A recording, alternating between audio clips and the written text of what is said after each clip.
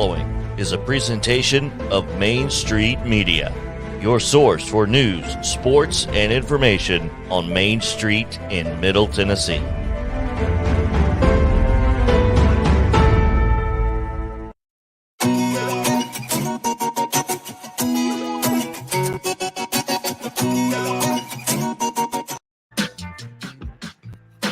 Hello, everybody, and welcome to a special Blue Cross Bowl coverage edition here, powered by Main Street Media Television.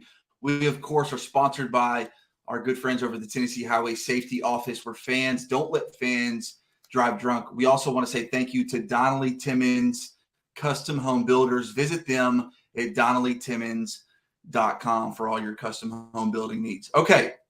A big fun show to get into today, a lot to get into. It's day one of the Blue Cross Bowls down in Chattanooga. And if you haven't been paying attention, there's been some good football games. Lipscomb Academy took care of business in the first game, sent Trent Dilfer out as a winning coach, 21 straight. And then Friendship Christian able to hold off Nashville Christian in the D2 single A game. So it's been a lot of fun today. Later on tonight, we've got the big one, NBA versus hometown Chattanooga Baylor. That's going to be a lot of fun. We've got Tyler Palmatier on later on to talk about the fun game between Friendship Christian and Nashville Christian. He'll also talk a little NBA Baylor. But before we do any of that, we want to talk about kind of the elephant in the room. We want to talk about Lipscomb Academy, 21 straight games won now, back-to-back state champions. Congratulations first and foremost to Lipscomb Academy on winning that gold football for a second year in a row. And so we're going to bring Russell Venozzi in here a little bit later. Like I said, him and Tyler Palmatier spearheading the Blue Cross Bowl coverage down in Chattanooga at the moment. I believe we have Russell. Russell, how you doing today? Hey, Zach, doing well. Been fun to be here so far, and I'm glad we got a good game here in this second game. As you know, the first one was a blowout, but we've got 2 down and 7 more to go here in Chattanooga to wrap up high school football season in Tennessee.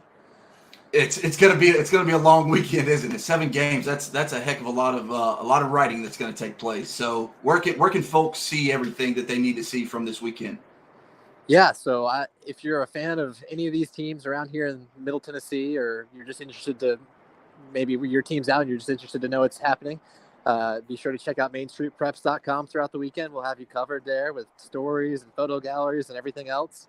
And of course, follow us on Twitter at Main Street Preps. We'll have live updates and video highlights there. And then you can find our Facebook page as well, just by searching Main Street Preps. And you might already be part of the way there if you're watching or listening to this show. You know, I feel like you guys are getting spoiled a little bit by the weather down there. All I heard last year was how it was sunny and 60, 70 degrees.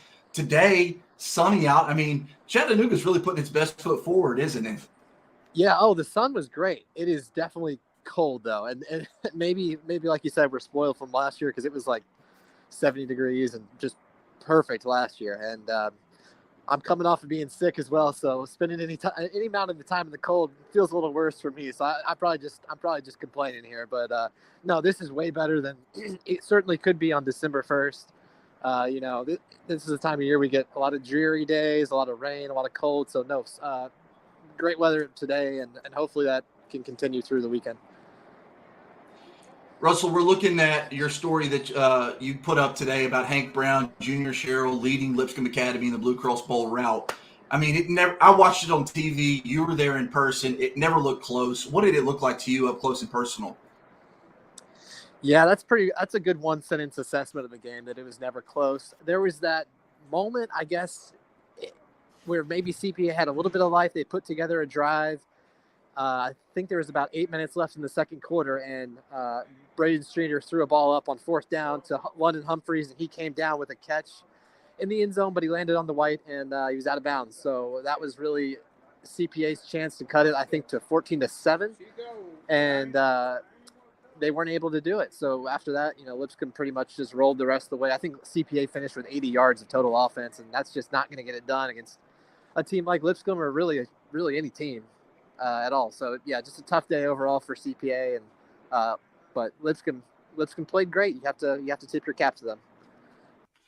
Russell, I think CPA scored 21 against Lipscomb the last time these two teams played, 2 of which came from special teams. 2 touchdowns came from special teams. Obviously, none today. Did you notice any differences in that part of the game? Did Dilfer or any of the staff players mention that as a point of emphasis coming into today?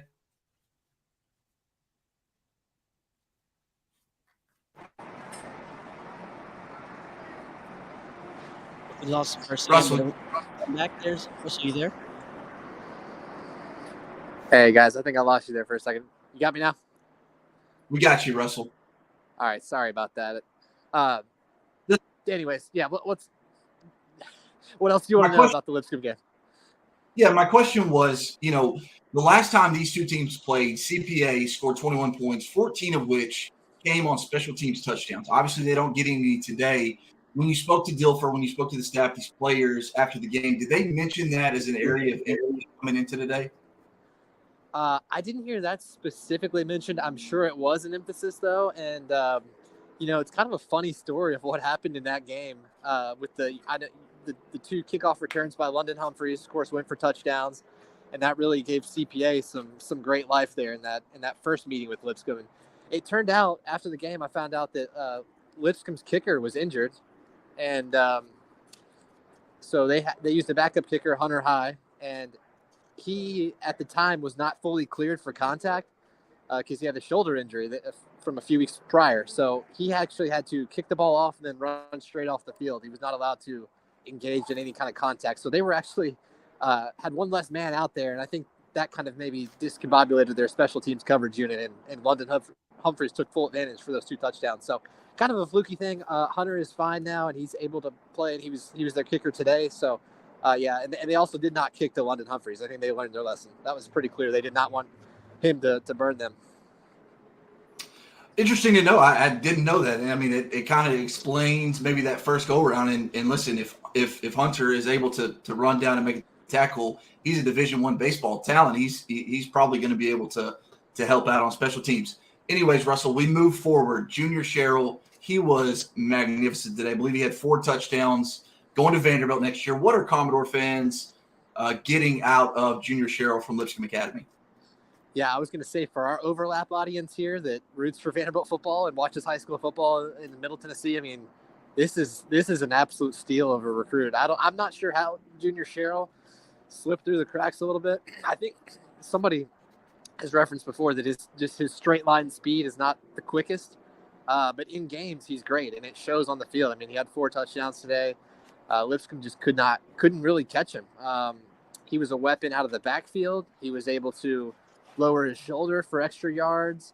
He was able to, take a sweep play and take that for a touchdown. And he's a sure-handed receiver too. I was looking at his stats for the season. His final stats, I think, were 95 catches, about 1,300 yards, and 24 touchdowns. So this is one of the best players in the area, and Vanderbilt is going to have a major upgrade to its young receiving core with not only Junior Sherrill, but then also London Humphreys from the other side on CPA. So that's two great top prospects that are going to Vanderbilt. I think that's going to be a nice upgrade for their offense in a year or two, and those guys get to see the field. Absolutely, no doubt about that. Okay, it was. Listen, they dominated. What more can we say, Russell? So let's move forward with the big news. That is Trent Dilfer moving on, taking his talents down to Birmingham to coach UAB. I guess the big question is for Lipscomb Academy, where do they go from here? I guess what has the administration told you that they are looking for in the next head man or woman to lead their program? Well, I haven't personally had a chance to talk to their administration, but they did communicate some of that information through some press releases that we were sent, and essentially they're wanting to continue what they've started here with Trent Dilfer and continue what they've built with this program. I mean, it's clearly the top program in Tennessee right now. It's going to be difficult to maintain that perch just because there are so many good teams around, but I think as much as possible, they want to continue to commit to football, commit resources to it. It's been a real positive for their school, and they acknowledge that in their release that they sent out to everybody. And Lipscomb's student population is really strong right now in numbers, and it's helped the school grow in relevance. because as you know, Zach, I mean, football really is the front porch for a school, and especially when you're a private school, you're constantly having to sell yourself to prospective students and the parents and everybody, whether you're local or whether you're from somewhere else or whether you're moving in.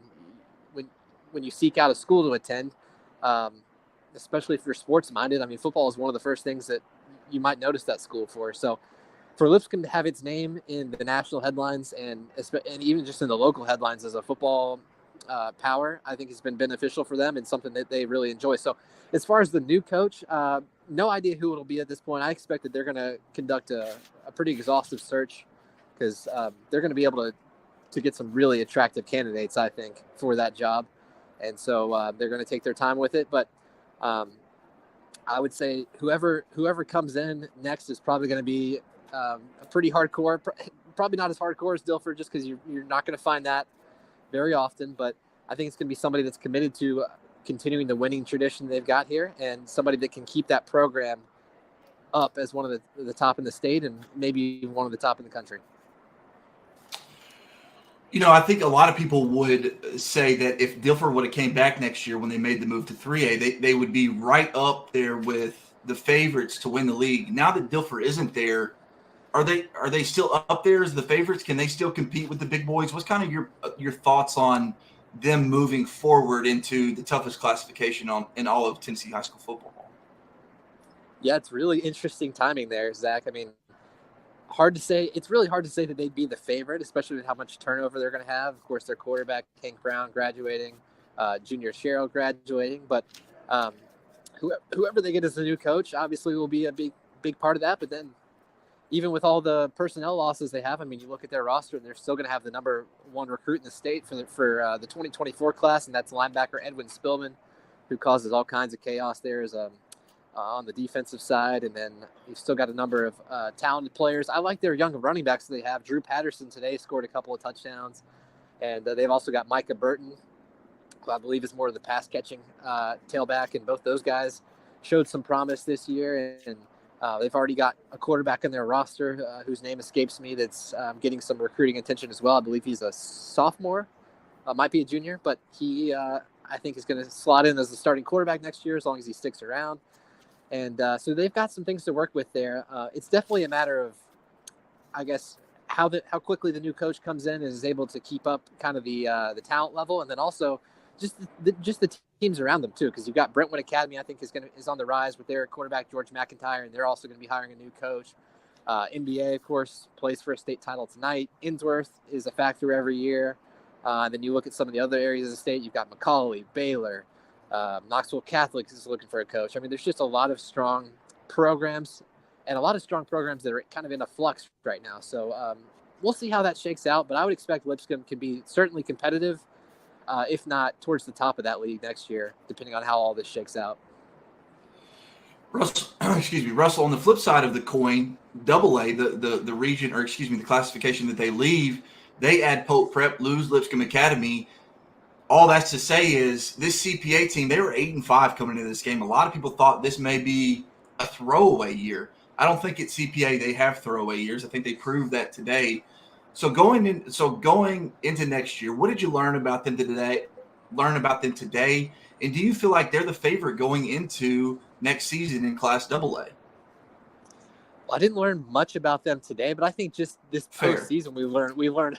Yeah. It's hard to learn much about a team when they lose 42-0. But yeah. I think during the postseason, I have learned a lot about CPA. That, like you said, this wasn't their picture-perfect season. They lost some games they probably felt like they shouldn't have lost. They lost back-to-back games to Cane Ridge and FRA.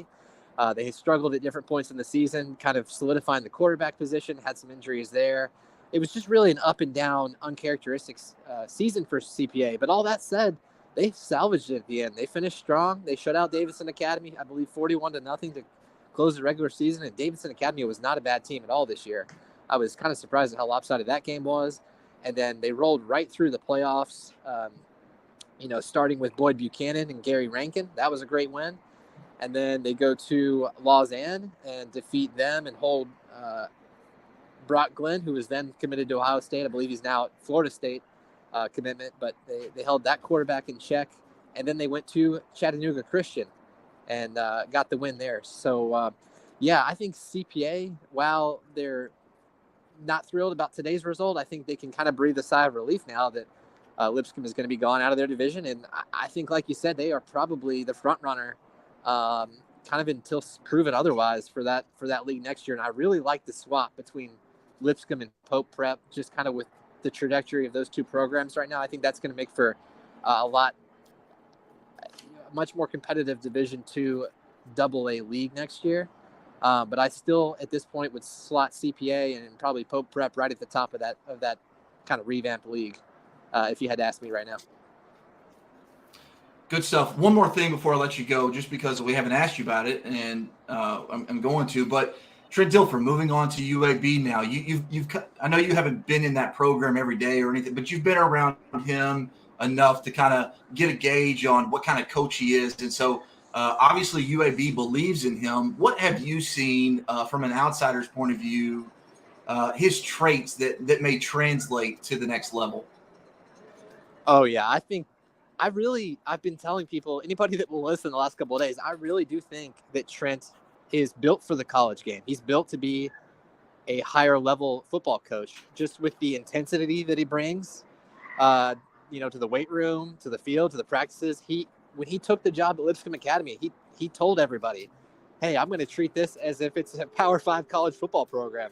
And that's how we're going to run it. That's how we're going to have that many staff members and that many PR people and social media graphics that look professional. I just think that there's a chance that all along this is something that was in the back of his mind. I don't know if it was like his goal per se, but I think this was something in the back of his mind that he wanted to do. He talked about today how he was really just looking for a new challenge, or is excited about a new challenge and moving up to the college ranks.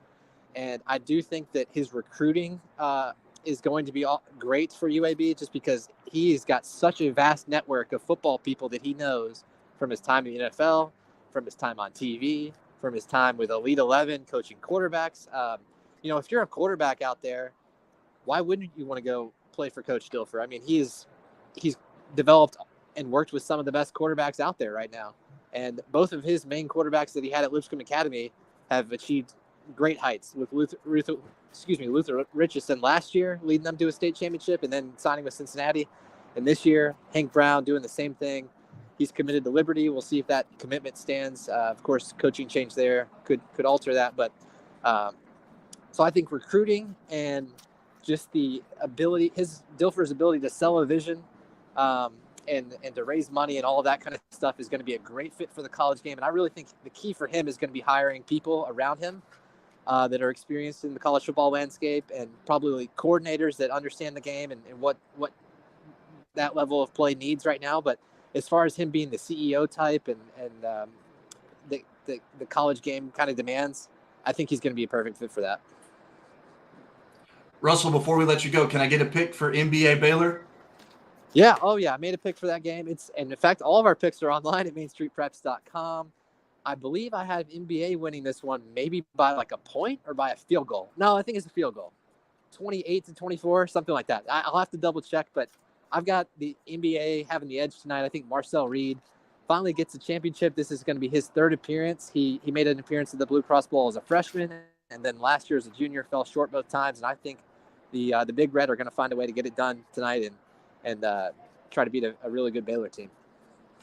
Very good, Russell. We really appreciate you jumping in, man. And also, you dropped some knowledge today, man. Thank you so much. Enjoy tonight's football game. All right, Zach. Thanks for having me.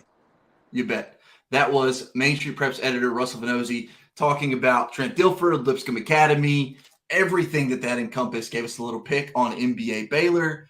He thinks Marcel Reed's going to bring it home. We're going to see here in just a little bit. Justin, we're going to take a quick break, but when we come back, we're going to catch up with our good buddy Tyler Palmatier. He had Nashville Christian, Friendship Christian. That was a wild ending. He's also going to have NBA Baylor. Don't go anywhere. This is a special Blue Cross Bowl coverage edition of Friday Night Live, powered by Main Street Media Television.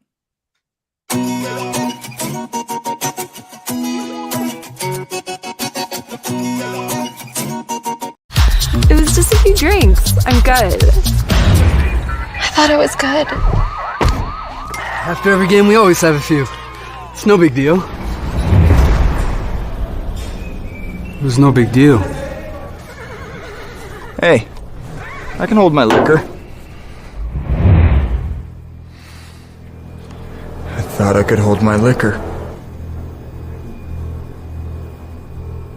For Dustin Timmons and Joey Donnelly, they welcome every opportunity to serve and satisfy their clients. Whether you are looking to build your dream home or renovate your current home, their team will ensure that every client and remodel is unique, luxurious, completed on time, and within budget. Contact them today to set an appointment for a free consultation or to view some of their completed projects by logging on to DonnellyTimmons.com. Brewster's Real Ice Cream features fresh homemade ice cream made right in our store each day. Offering 150 different flavors rotated daily, we offer a full line of vegan ice cream made with oat milk and no sugar added fat-free options. We also offer Italian ices, sherbets, and fresh fruit sorbets. There is something for everyone. Enjoy your delicious treat with a fresh baked waffle cone located in the Lowe's parking lot next to Zaxby's in Hendersonville. So, I got a DUI. Mom, Dad. Why didn't you just call someone for a ride? I wasn't thinking ahead. I didn't think I was gonna get caught. Yeah, my best friend Tim. Still coming to my bachelor party next month? This DUI cost me 10 grand. So, no. Yeah, you, in the back. Did you know I almost died when you hit me? I didn't think this would affect so many people. Think it was worth it? No more questions. It's just a few cocktails at happy hour. It was just a few cocktails at happy hour. You really good try. There aren't any cops around. I didn't think there were any cops around. I drink and drive all the time. Sir, you've been in a serious crash. I need you to hang on, okay? Cover your hands, sir. Where you are right now?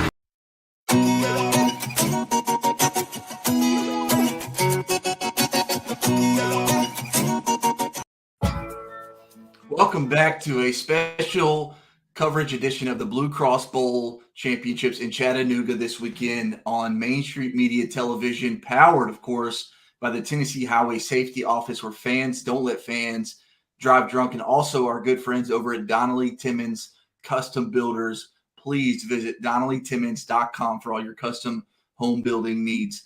Okay, Russell Venozzi just joined us to talk about Trent Dilfer, Lipscomb Academy, CPA, all that fun stuff that happened in game one today in Chattanooga. If you missed any of that, I encourage you to go back, listen to it, and hear what he had to say. Russell giving us the best knowledge in all of Middle Tennessee, so we really appreciate him jumping in to do that. Soon enough, we're going to bring in Tyler Palmatier to talk about the game that he covered, which was Nashville Christian and Friendship Christian. He's also got NBA Baylor later on with Russell. I was actually able to watch a little bit of the Friendship Christian, Nashville Christian game, and it was wild. I believe the final score was – I have to double check with Tyler on this, but I believe the final score was 34-27 Friendship Christian. I know Nashville Christian had a chance to win it late. They were not able to get the fourth down pass into the end zone. Friendship Christian got the interception. That was the third turnover by Nashville Christian on that day, including a pick six by the Friendship Christian defense. Ultimately, the difference in that football game. But we're going to get more into that later with Tyler. Like I said, we're going to talk about also NBA Baylor. Marcel Reed, quarterback, headed to Ole Miss, leading the Big Red against Baylor, who has been really good this year. Baylor, of course, eked by Brentwood Academy last week by inches. If you didn't see that online, I encourage you to go find that. And with that, I'm getting in my ear right now. Justin is telling me that Tyler Palmatier is on. Tyler, appreciate you jumping in, man. How you doing? I'm good, fellas. How are you doing? We're doing good. We're doing really good. Were you able to finally get warm for a second, Tyler? What'd you say? I said, are you able to finally get inside and get warm? Russell was saying how it was kind of cold out despite the sun shining. Oh yeah, no, I'm finally warm. I just got inside and they're just serving dinner in here, and they brought in. Looks like there's more food coming in here, so I'm definitely gonna hop on that. I'm telling you, 3 football games in one day. on your feet is not easy. One really isn't. So we're kind of catching our breath here before the nightcap, which should be pretty good between NBA and Baylor. Yeah, absolutely. Well, listen, I certainly won't keep you too long. I know when a good food spread is in front of me, I want to get on that as soon as possible. So, well, it's not a good food spread. You're saying the TSSAA didn't provide? Well, we're kind of on speakerphone in front of the cooking staff, so I'm trying to be as cordial about this as I can. It's food that's free. It's free food that I can put in my body. There you go. Let me gradually transition to something a little bit easier for you, Tyler. You saw a really good football game in game 2, a far cry from that different game that we saw in game 1. Let's just start with this. I mean, your impressions, your first thoughts from Friendship Christian, Nashville Christian. Yeah, first thing I came away with is that Garrett Weekly is just, he's an absolute stud. He's going to go walk on at Stanford, and I've never talked to him before, which I regret now. He's a fantastic kid to speak with, and it's really no big surprise that Stanford wants him as a preferred walk-on. So impressive guy. I mean, and then Brock Montgomery, the receiver, his go-to receiver is awesome as well. Yeah. I think he's going to be a good college player, but really maybe the first impression would just be, it's not just those two guys. Weekly's on defense, but Friendship Christian turned Nashville Christian away twice inside the 10, and that's kind of the difference in the game. You can call it however way you want it, but Nashville Christian scores those both times. We're talking about a different result. So you have to tip your cap to that defense. And maybe on the other end, you feel a little bit for Nashville Christian coming up short twice, 2 years in a row. So, you kind of feel for them in that way. Yes, you're right. It is tough, but my goodness, watching Jared Curtis play on television, Tyler, you probably get a good sense of it being on the sidelines, but he's flicking the ball 50, 60 yards down the field. What looks like to be ease. It feels like Nashville Christian is in a good spot in the future. What did you learn about this kid in his first real big stage opportunity? Yeah, definitely kind of the gunslinger mindset. It was his first time here, and he wasn't necessarily afraid, but I think maybe if he could take it back, he might be a little more careful with the football. A pick six in a one-score game is certainly big. It's not all on that. It's not all on that one play, but as a quarterback, that will probably weigh on his mind pretty heavily over the next year. So, but obviously just a kid with a ton of talent, and he's going to go on to do big things.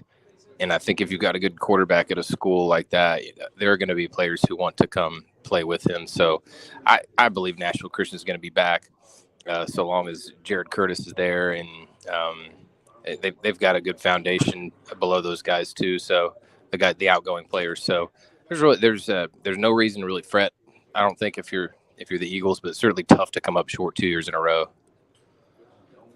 I hate that I'm drawing a blank on Nashville Christian athlete number 7, but he was all over the field today. He had a couple touchdowns, a couple of key pass breakups. I guess what I'm getting at is, yes, Jared Curtis is really good, but it feels like Nashville Christian has a lot of playmakers around him. You mentioned people possibly wanting to come play with him, and them being. Would you?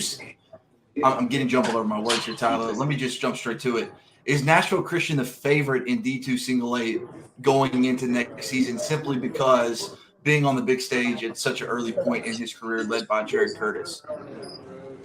Oh, they could be. I think there's some depth behind Curtis, or behind the outgoing seniors. But then you're also talking about a lot of guys who've kind of stepped up into roles who are also now going to move on. So it's kind of tough to say. It's pretty early to say, and but certainly if you've got arguably the best quarterback in your class in the state, you're probably going to be okay. What does it say about Nashville Christian? They have the ball and they're going in. They have the ball stripped from them, down by 7. It looks like Friendship Christian's going to run the clock out with a few minutes left, and then they get an opportunity. They fight back. They get an opportunity to tie or win the game with the 4th down that obviously comes up short. I guess, what does that say about Nashville Christian's fight just to, give themselves a chance, one more go at it? Yeah, it's obviously very resilient. After that fumble inside the 10, that'd be a backbreaker for some people, but several times they were able to come back and get stops, and that's super important. And it wasn't easy to get stops today because both teams were just capable of putting up points really quickly. A lot of just kind of wild plays, and the game. I think in the first game we saw Lipscomb had all the big plays. CPA didn't really have any, but in this one you had teams making plays on both sides, and obviously the kicking game was crazy. 3 blocked kicks, I think, total. So there was kind of a lot to bounce back from in that game for both teams. And I keep harping on for Nashville Christian, but Jared Curtis throws that pick 6, and what does Nashville Christian do? They respond with a 10-play 94-yard drive to cut it to 34-27.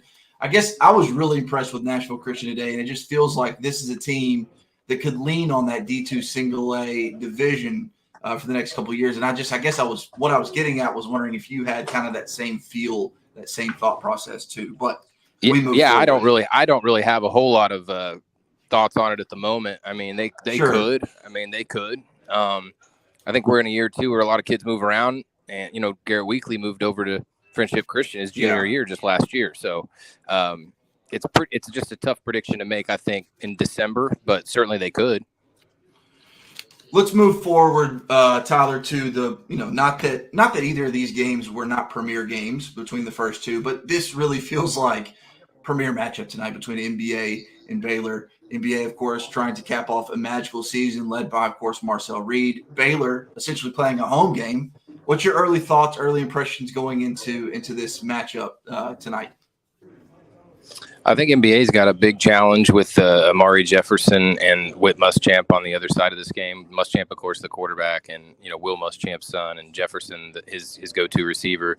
Jefferson really kind of tore NBA's secondary apart at times in that first meeting, and that was a close game, and that was at NBA. And here we are in a situation in Chattanooga where I don't know how well NBA will travel. They didn't travel that well last year in terms of fan numbers, so could be looking at a road game. Potentially. I mean, I don't see why it wouldn't be. Baylor fans can show up in droves if they want, and they travel pretty well to NBA, to be honest with you.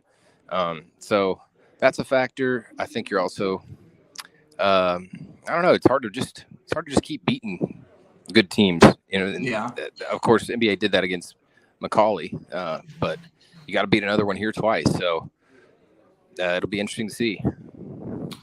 I've heard the phrase thrown around, and I'm not saying I don't think you've thrown this phrase around, but I've certainly heard this phrase thrown around that the NBA could be a team of destiny. Here they are, a chance to win a gold ball, cap off a perfect season. I guess you've seen them enough this year to kind of have a good gauge on them. What's about this team that gives them, I guess, the swagger, the confidence to be where they are in this game and just kind of have that feeling like it is their year this year? I guess I've always thought when you think about teams like that, they win a lot of close games. The coin tends to flip their way, and certainly NBA's won their share of those. You look at the game last week against Macaulay, stopping a 2-point conversion to win, beating Baylor, holding on to beat Baylor. The game against Brentwood Academy was fairly close. Maybe not by the final score, but trust me, that was closer than it looked. And then beating Macaulay on a field goal earlier this season. So maybe things like that, just the capability to win close games. They're probably never going to shoot themselves in the foot right out of it. So you're just going to have to probably deal with them for all 4 quarters.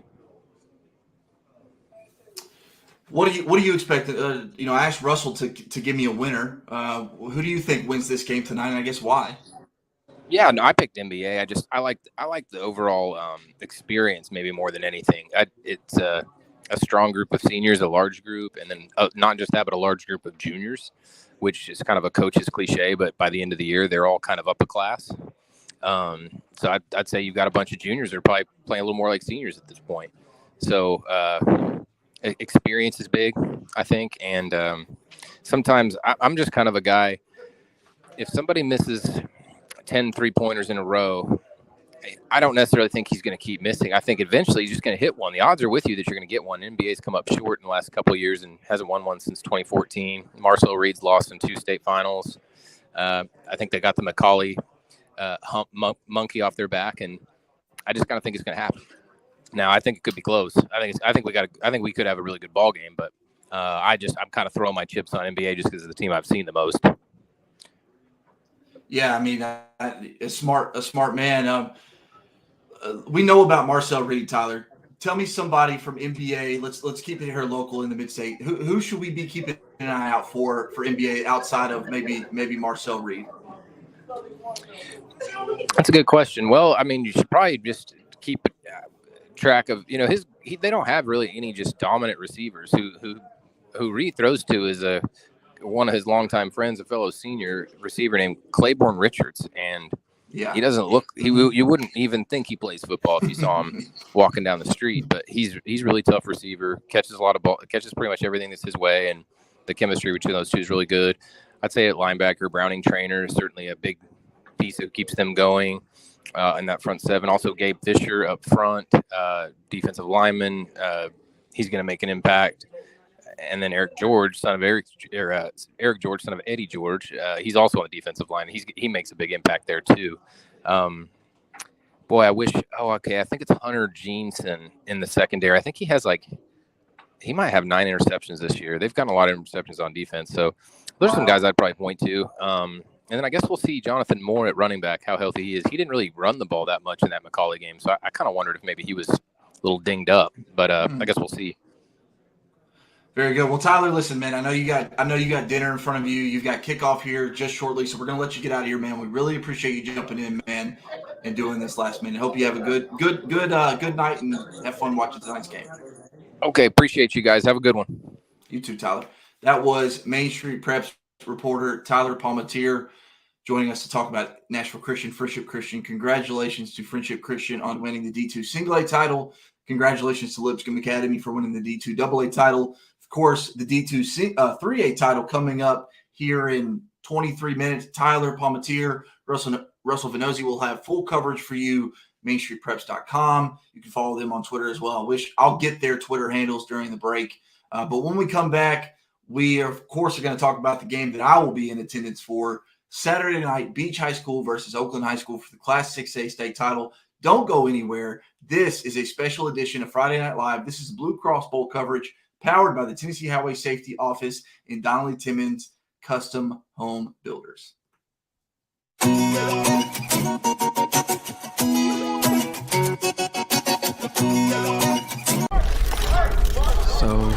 I got a DUI. Mom, Dad. Why didn't you just call someone for a ride? I wasn't thinking ahead. I didn't think I was gonna get caught. Yeah, my best friend Tim. Still coming to my bachelor party next month? This DUI cost me 10 grand. So, no. Yeah, you, in the back. Did you know I almost died when you hit me? Didn't think this would affect so many people. Think it was worth it? No more questions. For Dustin Timmons and Joey Donnelly, they welcome every opportunity to serve and satisfy their clients. Whether you are looking to build your dream home or renovate your current home, their team will ensure that every client and remodel is unique, luxurious, completed on time, and within budget. Contact them today to set an appointment for a free consultation or to view some of their completed projects by logging on to DonnellyTimmons.com. Brewster's Real Ice Cream features fresh homemade ice cream made right in our store each day. Offering 150 different flavors rotated daily, we offer a full line of vegan ice cream made with oat milk and no sugar added fat-free options. We also offer Italian ices, sherbets, and fresh fruit sorbets. There is something for everyone. Enjoy your delicious treat with a fresh baked waffle cone located in the Lowe's parking lot next to Zaxby's in Hendersonville. It was just a few drinks. I'm good. I thought I was good. After every game, we always have a few. It's no big deal. It was no big deal. Hey, I can hold my liquor. I thought I could hold my liquor.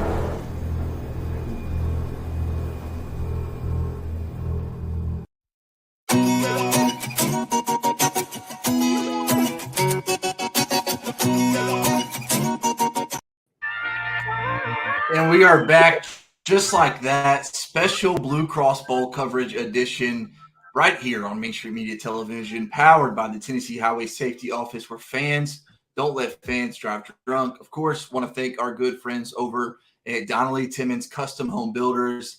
Please visit them at DonnellyTimmons.com. I told you during the commercial break I was going to look up Tyler and Russell's Twitter handles to let you know where you can follow them. And, of course, I forgot to do that during the commercial break. So, I don't know if Justin can do that. Justin, I don't know if you can do that while I'm talking, but maybe if you could pull up their Twitter handles and put them at the bottom next to mine just so you can show. There we go. There's Russell. There we go. See, this right here, Justin, this right here is why you are going to win a Morrow Award, why you're going to win an Emmy, why you're going to win everything that you deserve because you are an award-winning producer. You got Tyler's, though. I said all that, and you got Tyler's. So we're gonna get you over at Russell Vannozzi, Tyler Palmatier. There you go. Of course, Main Street Preps as well. We'll have all the coverage of NBA and Baylor in what should be a very fun football game. Before we let you go, though, this is what we're gonna do. We're gonna talk a little Beach, Oakland, just because that's the game I'm covering Saturday, and I'm very much looking forward to it. So let's do just that. I was able to talk with Anthony Crabtree and Kevin Creasy earlier this week on a media conference call, and I think the biggest noteworthy thing was Anthony Crabtree immediately thought his team was behind the eight ball, that he didn't think his guys could keep up with Kevin Creasy's horses. He said, quote, horses. I just don't find that to be the case, but I guess we're going to have to wait and see. But if you want any coverage of Beach, Oakland, head on over to MainStreetPreps.com. I actually think it's going to be a really good football game. I think these two teams match up well in the trenches, offensively and defensively. I think they both have special athletes in the backfield on the outside. They have two good quarterbacks, Justice Law at Beach, Cade Hewitt at Oakland. Listen, Oakland's been there. Oakland has a gold ring. They have a gold ball, two of them back-to-back in a row in Class 6A. Though Beach doesn't have that, they do have that big stage experience. Playmakers like J.P. Courtney, Tyler Nix, Maddox Sorensen, Jordan Lee. They played in the state basketball tournament earlier this year in March. They understand what it's like to have the bright lights shown in their face. And so I think when Saturday rolls around, the stage will not be too big, and the Shackle Island boys are going to be the last one to perform. So I'm very much looking forward to that game. You see it right there, Beach ready to give everything for the 6A title. I think it could be one of the best games of the entire weekend. It, of course, is the last one of the weekend, Saturday night, 7 o'clock Eastern. It's 6 o'clock your time Central here. You can follow me on Twitter at Zach Womble MSP, Main Street Preps as well. Please follow us all weekend long for Blue Cross Bowl coverage. Okay, we will be back tomorrow, and essentially it's going to be the same process of today. We are going to talk about the NBA Baylor game because obviously we're not talking about it now. And then we're going to talk about the games that are tomorrow as well. Russell and Tyler will be there to spearhead the entire coverage for us at Main Street Prep. So please, please, please make sure you're following them, following us on Main Street Preps. You can follow us on Facebook as well to get all of your coverage of the Blue Cross Bowl. Thank you so much for joining us. We will see you tomorrow.